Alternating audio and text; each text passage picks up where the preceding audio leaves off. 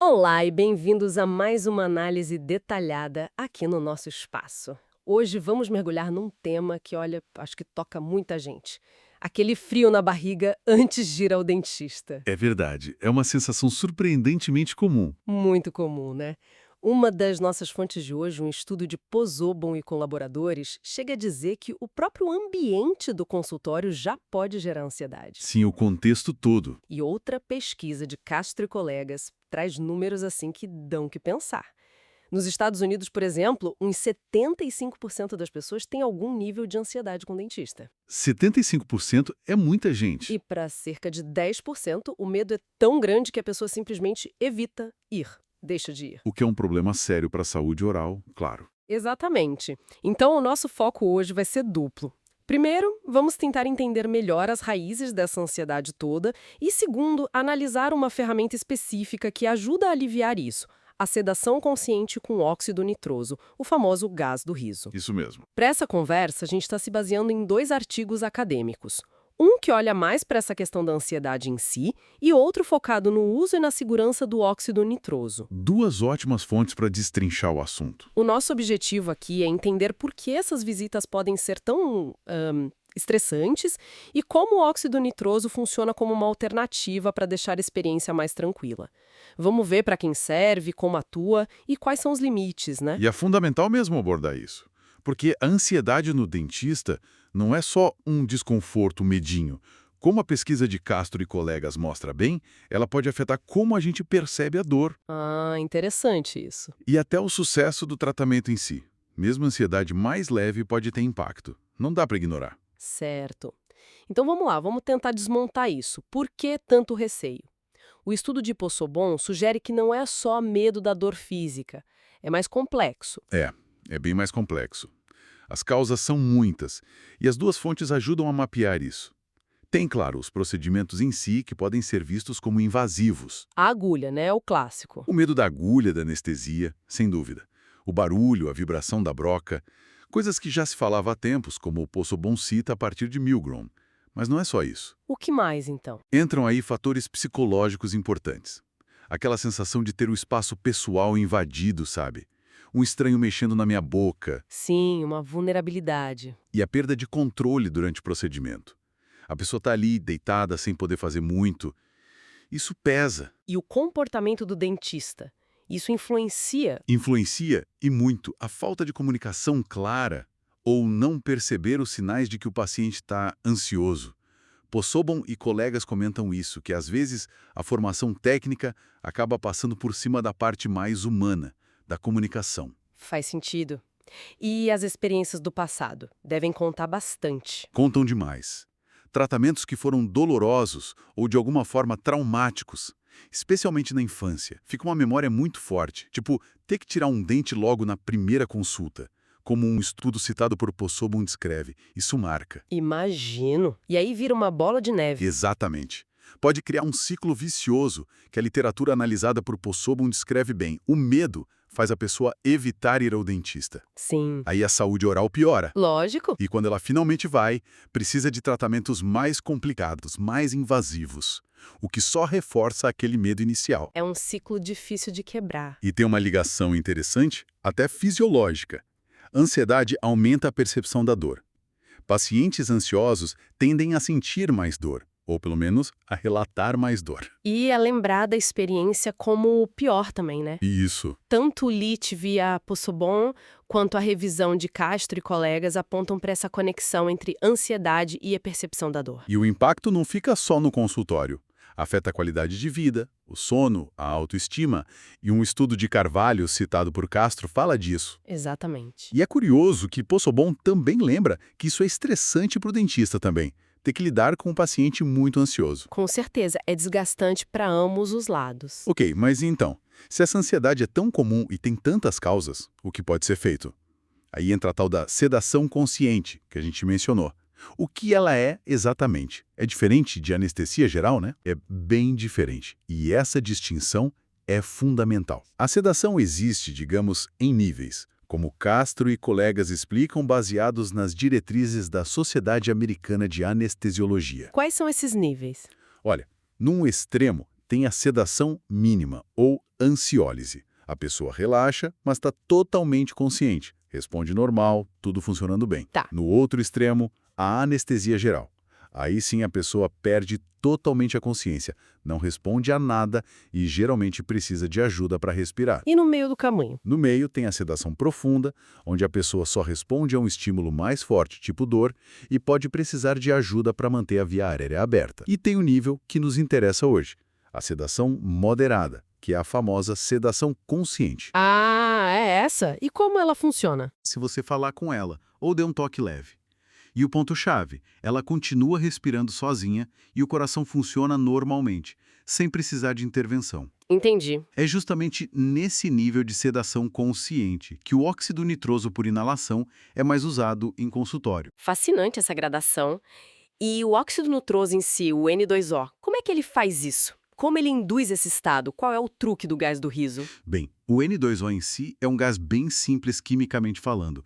Incolor, tem um cheirinho meio doce e não é inflamável. Isso o artigo de Castro e colegas descreve bem. E como ele é dado ao paciente? É por inalação. Usa-se uma máscara nasal específica e o gás vem sempre misturado com oxigênio. Importante, a concentração do N2O não é fixa, ela é ajustada aos poucos para o paciente. Como assim ajustada? É um processo chamado titulação. O dentista começa com uma concentração baixa e vai aumentando devagarinho até atingir o efeito desejado de relaxamento sem sedar demais. Castro e al. Destacam que essa titulação lenta é mais segura. Entendi. É individualizado. Exato. E vale notar que, aqui no Brasil, para usar essa técnica, o dentista precisa ter uma habilitação específica, um curso regulamentado pelo Conselho Federal de Odontologia. Não é qualquer um que pode sair usando. Mostra que tem um cuidado, uma responsabilidade. Sem dúvida. Quanto ao mecanismo de ação, o principal efeito é uma depressão bem leve e controlada do sistema nervoso central, mais ali no córtex cerebral. E a respiração? Você disse que não afetam muito. Isso é chave. Diferente de outros sedativos, como alguns benzodiazepínicos, o N2O, nas doses clínicas, não deprime o centro respiratório de forma significativa. Isso contribui muito para o perfil de segurança dele. E como ele age tão rápido e passa tão rápido? Isso tem a ver com a farmacocinética dele, como ele se move no corpo. O N2O é muito pouco solúvel no sangue. Na prática, isso quer dizer que ele passa rapidinho dos pulmões para o sangue e para o cérebro. Por isso, o efeito começa em minutos. E para sair? O inverso é verdadeiro. Quando desliga o gás, ele sai rápido do cérebro, volta para o sangue e é eliminado pelos pulmões. A recuperação é muito rápida também, coisa de 5 minutos depois que para de inalar. É esse liga e desliga rápido que o torna tão prático para o consultório. Prático mesmo. E a nível molecular, o que ele faz lá no cérebro? Olha, os estudos citados por Castro, como Ye et al., Vasconcelos e Sneyd, sugerem que ele atua em vários alvos. O efeito calmante, ansiolítico, parece ligado a receptores GABA, os mesmos que muitos calmantes usam. O efeito analgésico, que diminui a dor, parece envolver a liberação de opioides que o nosso próprio corpo produz. Nossos analgésicos naturais. Exato. E aquele efeito mais conhecido, meio eufórico, daí o nome gás do riso, está ligado a outro receptor, o NMDA. É essa combinação de efeitos acalmar, diminuir a dor, dar uma sensação de bem-estar, que ataca justamente as várias frentes da ansiedade e do desconforto no dentista. Faz muito sentido essa combinação, pensando na complexidade da ansiedade que a gente falou. Então, para quem essa técnica é mais indicada? Você mencionou crianças? Sim, crianças, pacientes pediátricos, geralmente a partir dos 4 anos são indicação clássica, a mais comum. Castro e colegas confirmam isso. É ótimo para crianças com medo, ansiosas, que têm dificuldade de colaborar. E em casos especiais? Também, muito útil para crianças com necessidades especiais, como paralisia cerebral, onde pode ajudar a diminuir movimentos involuntários que atrapalham o tratamento. Ajuda a criança a ficar mais calma, menos assustada com o ambiente e aceita melhor as técnicas de manejo comportamental do dentista. E é seguro para elas? O perfil de segurança é considerado muito bom nessa idade, mesmo com concentrações mais altas de N2O, até 70%. O maior desafio, às vezes, é só fazer a criança aceitar colocar a máscara no nariz. Imagino. E outros grupos? Pacientes com autismo, por exemplo? Sim, Pacientes com transtorno do espectro autista, TEA, são outro grupo onde o N2O tem mostrado valor. Alguns estudos, como o Valogene, citado por Castro, apontam que esses pacientes podem ter mais dificuldade para colaborar, podem ser hipersensíveis aos estímulos do consultório, luz, barulho, toque. E a higiene oral às vezes é mais difícil também, né? Exatamente. Para esses pacientes, especialmente os mais saudáveis, classificados como ASA 1 ou 2, o N2O pode ser uma alternativa segura à anestesia geral para fazer tratamentos mais simples, evitando ter que extrair dentes, que às vezes é a única opção sob anestesia geral. Mas só o BAS resolve? Não, aqui é fundamental combinar o N2O com estratégias comportamentais adaptadas. E a fonte de Castro nota que ainda precisa mais pesquisa para saber a melhor forma de preparar esses pacientes para a sedação. Entendi. E pessoas com problemas motores, tipo Parkinson? É o grupo com desordens motoras. Para paralisia cerebral, PC, tem estudos com eletromiografia, citados por Castro, que sugerem que o N2O pode diminuir os movimentos involuntários e a tensão muscular na boca, o que facilita o tratamento. Mas tem alguma ressalva? Sim, alguns autores alertam para um possível risco maior de aspiração nesses pacientes de PC, então tem que ter cuidado. Para Parkinson e síndrome de Tourette, a literatura ainda é bem limitada. Em Tourette, como a ansiedade piora os tics, faria sentido o N2O ajudar, mas faltam dados concretos. E os clássicos odontofóbicos, aqueles com pânico mesmo. Esses, com certeza. Os pacientes com fobia dentária, que varia de um medo grande até pânico total. A OMS estima que isso afeta uns 15 a 20% da população mundial. É muita gente. Nossa. Para eles, o N2O pode ser um divisor de águas. Ajuda a aceitar melhor a anestesia local, a picadinha, aumenta o limiar de dor, permite aguentar procedimentos mais longos. Teve um estudo citado por Castro que mostrou mais de 86% de sucesso em evitar anestesia geral em crianças fóbicas ou com deficiência intelectual, só usando o N2O. Impressionante. E para quem tem outras doenças, problemas de saúde? Tem vantagens aí também. Como o N2O sai quase todo pelos pulmões, é seguro para quem tem problema no fígado ou nos rins. E tem indicações de que pode ser bom para algumas doenças cardíacas, para anemia falciforme, asma grave, muito por causa do oxigênio extra que é dado junto e pelos efeitos calmantes e analgésicos. Parece realmente muito versátil, mas como tudo na área da saúde, deve ter riscos, né? Não é totalmente livre de problemas, imagino. Quais são os pontos de atenção? Tem toda a razão. É essencial conhecer os riscos e efeitos colaterais. A revisão de Castro et al. Detalha isso bem. Os mais comuns, embora não sejam frequentes, são náusea e vômito. Os estudos falam em algo como 1 a 2,5% dos casos. É baixo, mas acontece. Sim, doses muito altas, que a gente evita com a titulação cuidadosa, poderiam, em teoria, causar laringoespasmo, que é um fechamento da via aérea. Mas isso é raro se a técnica for correta. E aquela história da vitamina B12, ouvi falar disso. Esse é um ponto importante que gerou bastante debate.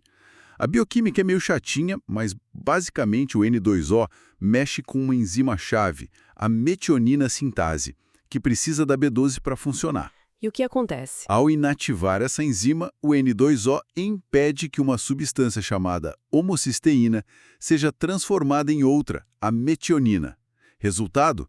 A homocisteína pode aumentar no sangue depois de usar o N2O. E isso é ruim por quê? Por um tempo, se teve muita preocupação que esse aumento da homocisteína pudesse aumentar o risco de problemas no coração, tipo infarto. Nossa, isso parece sério. E aí, confirmou? Então, aqui a ciência mostra como ela avança. Estudos mais recentes e grandes como o Enigma 2, citado por Castro, trouxeram mais informação. Nesse estudo, eles viram que dar suplemento para baixar a homocisteína em quem recebeu N2O na cirurgia não evitou problemas cardíacos. Ah, então a ligação não é tão direta assim. Parece que não é tão direta ou forte como se pensava. Mas a precaução continua, especialmente para quem já tem deficiência de B12 ou tem um risco anestésico maior, classificado como ASA 3 ou 4, que são pessoas com doenças sistêmicas mais graves. Entendi. E efeitos no cérebro, na cognição, tem risco? Essa foi outra área investigada. Alguns estudos em ratos deram a entender que poderia haver neurotoxicidade, problemas de aprendizado a longo prazo. Mas passar isso para humanos é complicado. E o que os estudos em humanos dizem? Um estudo importante em idosos, o Sprung et al., também citado por Castro, comparou anestesia geral sozinha com anestesia geral mais N2O. Ele não achou um aumento significativo de problema cognitivo depois da cirurgia quando se usou o N2O. Então, pela evidência atual em humanos, não parece ter contraindicação específica para idosos por esse motivo. E gravidez? Pode usar. E amamentação? Olha, na gravidez é mais delicado. O N2O passa pela placenta e pode, teoricamente, inibir aquela mesma enzima no feto. Como já tem muita grávida com deficiência de B12, Cerca de 20%, você disse? isso talvez uns 20%, o efeito poderia ser maior. A FDA americana alertou sobre usar remédios que agem nos receptores NMDA, que é um dos alvos do N2O, no fim da gravidez ou em crianças muito pequenas. Mas o N2O não entrou explicitamente na lista, por falta de prova clara de dano no feto em humanos. Então qual a recomendação? Por precaução e porque faltam dados, a recomendação geral é evitar usar no terceiro trimestre da gravidez. Já para quem está amamentando, é considerado seguro. Quando ele sai muito rápido do corpo, a quantidade que iria para o leite para o bebê é mínima. E para o dentista, para a equipe? Tem risco de ficar respirando isso o dia todo? Tem sim a chamada exposição ocupacional.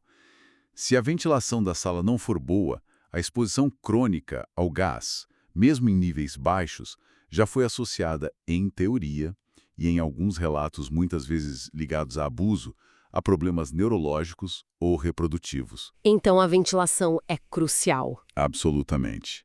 É preciso usar equipamento certo e garantir boa ventilação e exaustão para tirar o excesso de gás do ambiente. Existem limites recomendados para essa exposição. E a Covid-19? Mudou alguma coisa? Mudou. A pandemia trouxe a preocupação de transmitir o vírus pelo sistema de inalação. Isso fez aumentar o uso de material descartável, máscaras, tubos. O que encarece, imagino. Encarece sim. Um estudo citado por Castro fala no aumento de 25% a 35% nos custos. E também gera mais lixo plástico.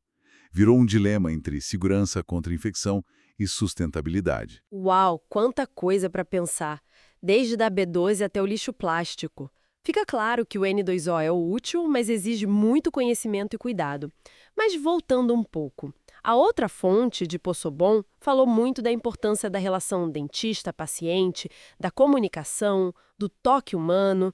Será que com o N2O essa parte perde importância? O gás resolve tudo? De jeito nenhum. E esse é talvez um dos pontos mais importantes que a gente tira juntando as fontes. O N2O tem que ser visto como um complemento, uma ferramenta a mais.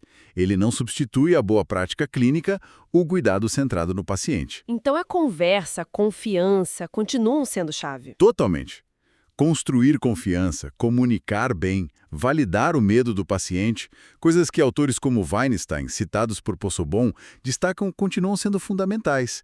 E as técnicas comportamentais, tipo distrair ou explicar, mostrar, fazer, principalmente com crianças, continuam valendo ouro. Então o N2O ajuda, mas não faz mágica sozinho. Exatamente. O que o N2O pode fazer e faz muito bem é facilitar todo esse processo. Ele pode baixar a ansiedade a um ponto em que o paciente consegue ouvir melhor, entender as explicações, aceitar as técnicas comportamentais. Tipo uma ponte. Isso, uma ponte. Pensa num paciente com fobia extrema ou numa criança muito agitada. O N2O pode ser o que permite criar uma colaboração mínima para que o tratamento aconteça de forma mais humana, menos traumática. Aliás, a combinação de sedação com essas estratégias comportamentais é recomendada especificamente em casos como TE, como Castro menciona. Então o dentista ainda precisa ser bom em lidar com gente, não só com dente. Com certeza. A necessidade de treino em comunicação e em ciências do comportamento, que Possobon defende, continua super importante. Mesmo o dentista experiente precisa ficar atento ao próprio comportamento e às reações do paciente, como alertam Weinstein e colegas via Possobon. Bom, então, fazendo um balanço de tudo isso, o que fica de essencial? Vimos que a ansiedade no dentista é uma barreira real, atrapalha muito o acesso ao cuidado oral e tem consequências sérias. Sim, é um problema prevalente e com impacto. Por outro lado, A sedação consciente com óxido nitroso aparece como um método com boa base científica para ajudar a lidar com essa ansiedade em muitas situações de crianças a adultos com necessidades especiais ou fobias. É uma ferramenta com indicações claras. Tem um perfil de segurança considerado bom, mas exige conhecimento técnico para usar direito e atenção a pontos importantes, como a B12 ou a gravidez. Exatamente. É uma ferramenta valiosa que, bem usada, torna o tratamento dentário mais acessível, mais confortável e menos traumático para muita gente. Mas o que esse tema mostra muito bem é como a farmacologia e a psicologia andam juntas na prática clínica. Como assim? O gás, a técnica, funciona muito melhor quando está dentro de uma abordagem completa, que valoriza a comunicação, a empatia, o manejo comportamental certo por parte do profissional. Não é só dar um remédio para controlar a ansiedade, é cuidar da pessoa inteira, entendendo e abordando as várias dimensões da experiência dela ali. E essa reflexão sobre a tecnologia, o lado humano, deixa a gente com uma pergunta final para quem nos ouve. À medida que a gente desenvolve mais ferramentas farmacológicas, tecnológicas, para controlar o desconforto e a ansiedade nos procedimentos de saúde, como será que isso pode, talvez, sutilmente, mudar nossas expectativas e até a responsabilidade que a gente sente sobre a qualidade da interação humana nesse cuidado? É uma boa pergunta. Será que, ao diminuir a necessidade aparente de certas habilidades de comunicação, de empatia, porque temos o gás para resolver, a gente corre o risco, a longo prazo, de desvalorizar essas competências que são tão essenciais na relação terapêutica? Fica aí a questão para a gente pensar.